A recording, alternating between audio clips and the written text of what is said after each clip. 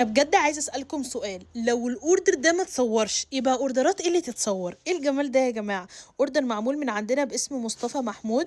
بصوا يا جماعة، العميل طالب منتجات رهيبة رهيبة وخطيرة. عايزة أقول لكم على حاجة، مصطفى ما شاء الله واخد معانا 3 هدايا. أول هدية مخمرية الكوكيز، وبما إن الأوردر باسم مصطفى فممكن نحط له اللون البرتقاني ده، حاساه مناسب شبابي. بصوا يا جماعه ما شاء الله، اول حاجه هو خد مجموعه العروسه. المجموعه بتكون عباره عن بادي لوشن وشاور جيلي يارا فانيلا، وكمان بادي لوشن وشاور جيلي يارا كان. طب الاربع منتجات دولت جوه العرض بكام؟